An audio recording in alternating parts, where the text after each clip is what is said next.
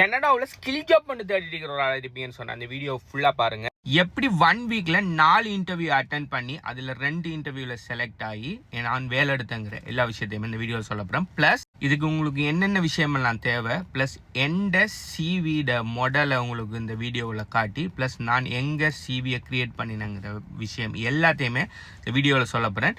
Maybe இது உங்களுக்கு இப்போ தேவைப்படாட்டியும் ஃபியூச்சரில் தேவைப்படலாம். ஸோ இப்போவே இந்த வீடியோவை சேவ் பண்ணி வச்சுக்கொள்ளுங்க. நான் ஆல்ரெடி ஒரு பிளேலிஸ்ட் ஒன்று கிரியேட் பண்ணியிருந்தேன் கனடாவில் எந்த ஜாப் என்னன்னு சொல்லி. அந்த வீடியோட கண்டினியூஸ் வீடியோ தான் இது. அதோட பார்ட் 1, பார்ட் 2, பார்ட் 3 எல்லாம் பார்க்காதாக்கள் இந்த இருக்கிற இந்த பிளேலிஸ்ட்டில் பார்த்துக்கொள்ளுங்க. அதில் நான் லாஸ்ட்டாக போட்ட வீடியோவில் சொல்லியிருந்தேன் நான் ரிபோ எக்ஸாம் பாஸ் பண்ணிட்டேன்னு சொல்லி. நான் ரிபோ எக்ஸாமை பாஸ் பண்ணினதுக்கு பிறகு, அதாவது ஒஃபிஷியல் ரிசல்ட்ஸ் 2 வீக்ஸில் தான் வந்திக்கு. ஆனால் அன்ஒஃபிஷியல் ரிசல்ட்ஸ் வந்திக்கு. அன்ஒஃபிஷியல் ரிசல்ட்ஸ் வந்த உடனே நான் என்ன பண்ணினேன்னு சொல்லி சொல்கிறேன். அதுக்கு முதல் கனடாவில் பார்த்தீங்கன்னு சொன்னால் ஜாப், அதாவது நான் இந்த டிம் ஹார்டன்ஸில் நிற்கிறது, இந்த ஊபர் ஓடுறது, இது மாதிரியான அன்ஸ்கில் ஜாப்புகளை சொல்லலை.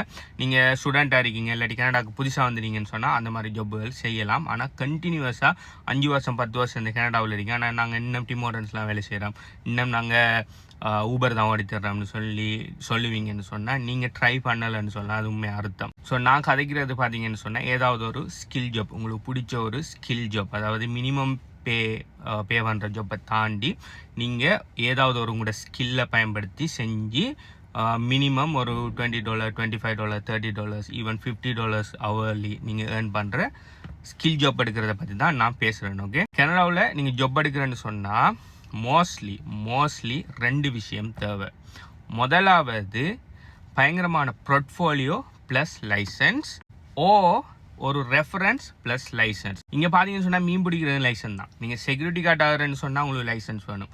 நீங்கள் ஊபர் ஓடுறன்னு சொன்னாலும் நீங்கள் ஊபரில் பதிஞ்சு ஊபரில் உடனே கூட காரை காட்டி அவங்க செலக்ட் பண்ணி அதோட சேஃப்டி டெஸ்ட் எல்லாம் காட்டி அதுக்கும் லைசன்ஸ் ப்ராசஸ். நீங்கள் லைசன்ஸ் இல்லாமல் நீங்கள் இங்கே எடுக்கிற வேலை என்னன்னு சொன்னால் நீங்கள் இந்த டீம் மெம்பராக இருக்கிற, மேபி அதுக்கும் லைசன்ஸ் தேவை என்னன்னு தெரியலை எனக்கு.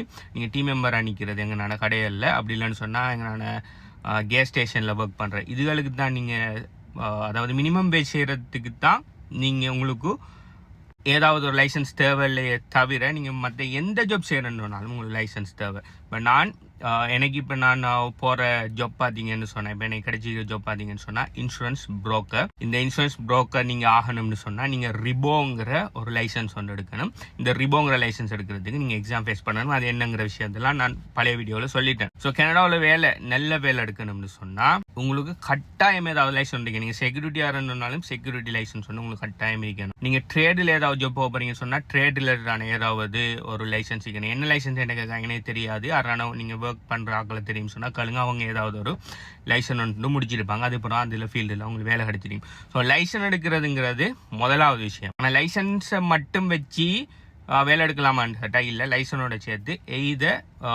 உங்களுக்கு நல்ல போர்ட்ஃபோலியோ ஒன்று இருக்கணும். அப்படி இல்லைன்னு சொன்னால் லைசன்ஸ் ப்ளஸ் உங்களுக்கு ரெஃபரன்ஸ் இருக்கணும். உங்களுக்கு அந்த 3மே இருக்கும்னு சொன்னால் கடும் ஃபாஸ்ட்டாக எடுக்கலாம். இப்போ நான் அந்த இன்சூரன்ஸ் புரோக்கர் இந்த ஜாப் எடுத்தது எந்த விதமான ரெஃபரன்ஸுமே இல்லாமல் எடுத்தது. எந்த விதமான ரெஃபரன்ஸுமே இல்லாமல் என்னால் அந்த வேலையை எடுக்கக்கூடியதாக இருந்ததுக்கு முதலாவது காரணம் என்னன்னு சொன்னால் என் போர்ட்ஃபோலியோ. ஈவன் தோ ஸ்ரீலங்காவில் எனக்கு இன்சூரன்ஸில் எந்த விதமான எக்ஸ்பீரியன்ஸுமே இல்லை, கனடாவில் இன்சூரன்ஸில் எந்த விதமான எக்ஸ்பீரியன்ஸுமே இல்லைன்னு சொன்னாலும் இன்சூரன்ஸ் புரோக்கராக எனக்கு ஈஸியாக ஒர்க் எடுக்க உதவினது எதுன்னு பார்த்தீங்கன்னு சொன்னால் இந்த டிக்டாக் சேனல் தான். எனக்கு வேறு நாடுகளில் சிச்சுவேஷன் தெரியாது. ஆனால் நீங்கள் கனடாவில் ஒரு கம்பெனிக்கு நீங்கள் உங்களோட சிவிஐயோ உங்களோட இது அனுப்புறீங்க, வேலை கேட்டு நீங்கள் ஒரு விஷயம் ஒன்று அனுப்புறீங்கன்னு சொன்னால் ஸ்கில் ஜாப் இருக்குன்னு சொன்னால் அவங்க முதலாவது பார்க்குறது இங்கே எல்லா வேலைக்குமே பேக்ரவுண்ட் செக் பண்ணுவானால் அது இதுன்னு சொல்லி too many rules. ஓகே, இப்போ ஒரு கம்பெனி கிட்ட ஒரு சிவி ஒன்று வருன்னா அந்த சிவியை எடுத்து முதலாவது அவங்க பார்க்குறது இது யாரையாச்சும் ரெஃபரன்ஸில் வந்திருக்கு, அதாவது அவங்களோட கம்பெனிக்குள்ளே வேலை செய்கிற யாருன்னு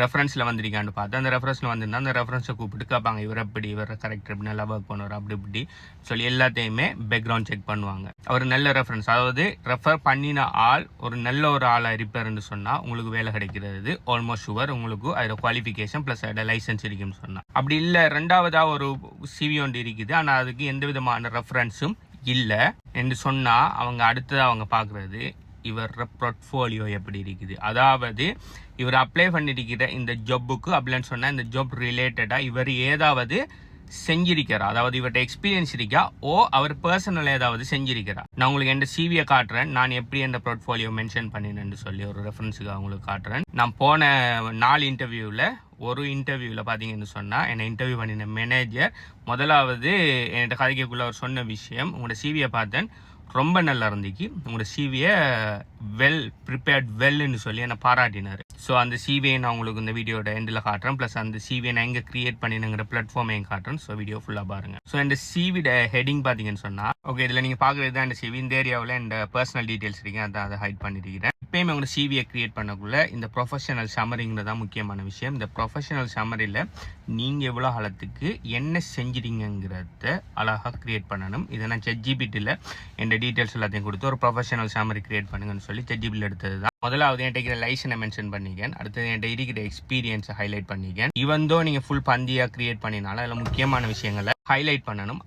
RES எக்ஸ்பீரியன்ஸை ஹைலைட் பண்ணிக்கிறேன். நான் ஜென்ரேட் பண்ணின லீட்ஸோட அளவு, ப்ளஸ் நான் ஏர்ன் பண்ணின கமிஷன் அளவு, plus n social media presence, டிக்டாக்ல எவ்வளோ 1000 ஃபாலோவர்ஸ் இருக்குது, யூடியூப்ல எவ்வளோ ஃபாலோவர்ஸ் இருக்குது, ப்ளஸ் மற்ற இடங்களோட கம்யூனிட்டி. அடுத்தது நான் என்னென்ன பிராண்ட்ஸோட பார்ட்னர்ஷிப் பிராண்ட் கொலாபரேஷன் வீடியோ செஞ்சிருக்கிறேன், ப்ளஸ் நான் ரன் பண்ணுற கம்பெனியில் எத்தனை பேரை நான் மேனேஜ் பண்ணிக்கிறேன், டீம் ஒர்க் பண்ணிக்கிறேன்னு சொல்லி என் எக்ஸ்பீரியன்ஸ் எல்லாத்தையுமே மொத்தமாக ஒரு 1 லைனோ 2 லைனரில் ப்ரொஃபஷனல் சம்மரியில் வைக்கணும். அடுத்து ரெண்டாவது உங்களை ரிலிஜனை மெயின் பண்ணுற மாதிரி, அப்படி இல்லைன்னு சொன்னால் உங்களோட நாட்டை மெயின் பண்ணுற மாதிரி உங்களோட நேம் இருக்கும்னு சொன்னால் அந்த நேமை போடாங்க. இப்போ என் நேமில் முகமது இருக்கு, ஆனால் அந்த முகமதை நான் போடலை, ஆசி வர்சன் ரிஸ்வீன் மட்டும்தான் நான் போட்டிருந்தேன் இவரத்துக்கு என்ன சொன்னால் சில நேரம் அது உங்களோட சிவியை முக்கியமான ஆகள்கிட்ட கொண்டு வரத்தை தவிர்க்கும் சம்டைம்ஸ். ஸோ உங்களோட நேமில் சிங்குண்டு வரும், இல்லாட்டி முகமதுன்னு வருது, அப்படின்னு சொன்னால் உங்களோட நேமை பார்த்தாலே நீங்கள் இந்த நாட்டுக்காரான்னு சொல்லி விளங்குற மாதிரி இருக்குன்னு சொன்னால் அந்த மாதிரி நேமெல்லாம் தவிர்த்துட்டு அதை ஷார்ட் ஃபார்ம் மாதிரி கிரியேட் பண்ணி பேரை போடுங்க. அடுத்து உங்களோட ஒர்க் எக்ஸ்பீரியன்ஸ் இருக்குன்னு சொன்னால் ஒர்க் எக்ஸ்பீரியன்ஸ் போடுங்க. நான் இந்த ஓன் கம்பெனி ரன் பண்ணினதையே ஒர்க் எக்ஸ்பீரியன்ஸாக இதில் சொன்னதை தான் ஒரு சின்ன டீட்டெயிலாக போட்டிருக்கேன். எப்பயுமே நீங்கள் அடிக்கக்குள்ளே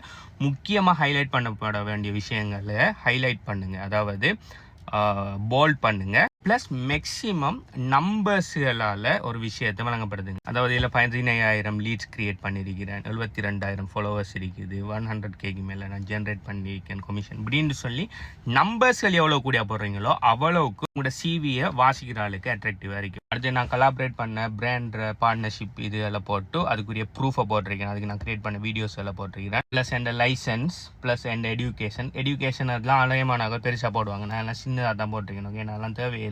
அடுத்தது உங்களோட கீ ஸ்கில், இதுவும் தேவையில்லை இதில். அடுத்தது முக்கியமான லிங்க்ஸ்களை போட்டிங்க, அதாவது சோஷியல் மீடியா பிளாட்ஃபார்மில் லிங்க்ஸ்கள் போட்டிங்க. ஏண்டா இது நான் என் சிவி டிஜிட்டல் மார்க்கெட்டிங்குரிய ஒரு சிவிங்கிறதால். ஸோ அடுத்த முக்கியமான விஷயம், எப்பயுமே உங்களோட சிவியை ஜஸ்ட் ஒரு 1 பேஜுக்குள்ள வர மாதிரி பார்த்துக்கொள்ளுங்க. ஸோ இதுதான் இந்த சிவி.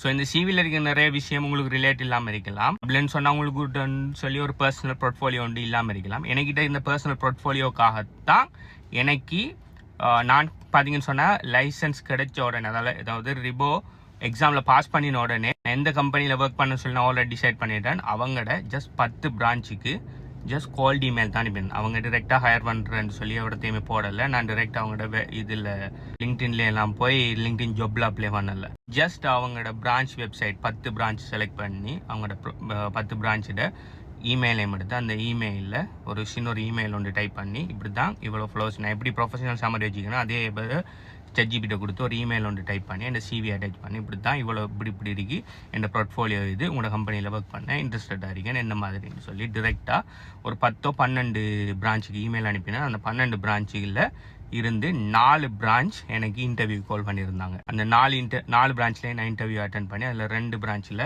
எனக்கு வேலை கன்ஃபார்ம் பண்ணாங்க. அதில் ஒரு பிரான்ச்சை நான் செலக்ட் பண்ணினேன், மற்ற பிரான்ச்சுக்கு வர முடியாதுன்னு சொல்லிட்டேன். இவ்வளோ நடந்தது ஜஸ்ட் 1 வீக்கில். ஸோ உங்கள்கிட்ட போர்ட்ஃபோலியோவும் லைசனும் இருக்கும்னு சொன்னால் இப்படியான ஒரு பெஸ்ட்டான ஒரு சிவியோட ப்ரிப்பேர் பண்ணிங்கன்னு சொன்னால் ஈஸியாக ஸ்கில் ஜாப் எடுக்கலாம் கனடாவில். அப்படி உங்கள்கிட்ட இப்போதைய போர்ட்ஃபோலியோ இல்லைன்னு சொன்னால் உங்கள்கிட்ட லைசன்ஸ் இருக்கும்னு சொன்னால் லைசனோட சேர்த்து ஒரு நல்ல ரெஃபரன்ஸ் ஒன்று எடுப்பீங்கன்னு சொன்னால் உங்களுக்கு நல்ல ஜாப் எடுக்கலாம். ஆனால் இங்கே பார்த்தீங்கன்னு சொன்னால் நீங்கள் இங்கே மினிமம் வேஜுக்கு ஒர்க் பண்ணுறதுக்கே கிட்டத்தட்ட அநேகமானதுக்கு லைசன்ஸ் தேவை, சிலதுக்கு அதோட லைசனோட சேர்த்து ரெஃபரன்ஸும் தேவை. ஸோ இப்போ பார்த்தீங்கன்னு சொன்னால் நான் ஜாயின் பண்ண கம்பெனியில் இது ஸ்பான்சர்ஷிப் ப்ராசஸ் போயிட்டு இருக்குது. ஸோ ஸ்பான்சர்ஷிப் ரிபோலேருந்து அப்ரூவ் ஆகினதுக்கு பிறகு நான் ஒர்க்கை ஸ்டார்ட் பண்ண பிறகு அடுத்த வீடியோவில் என்ன மாதிரின்னு சொல்லி அதோட மற்ற டீட்டெயில்ஸ் எல்லாம் நான் சொல்கிறேன். நான் இந்த சிவி கிரியேட் பண்ணினது ஒரு ஆன்லைன் பிளாட்ஃபார்மில் தான், 100% ஃப்ரீ தான். அந்த பிளாட்ஃபார்மோட டீட்டெயில்ஸ் வேணும்னு சொன்னால் எனக்கு வாட்ஸ்அப் பண்ணுங்கள், நான் அந்த லிங்க் அனுப்புகிறேன். என் வாட்ஸ்அப் டீட்டெயில்ஸ் பார்த்தீங்கன்னு சொன்னால் இந்த நேமில் இருக்குது, அப்படி பயோவில் இருக்குது.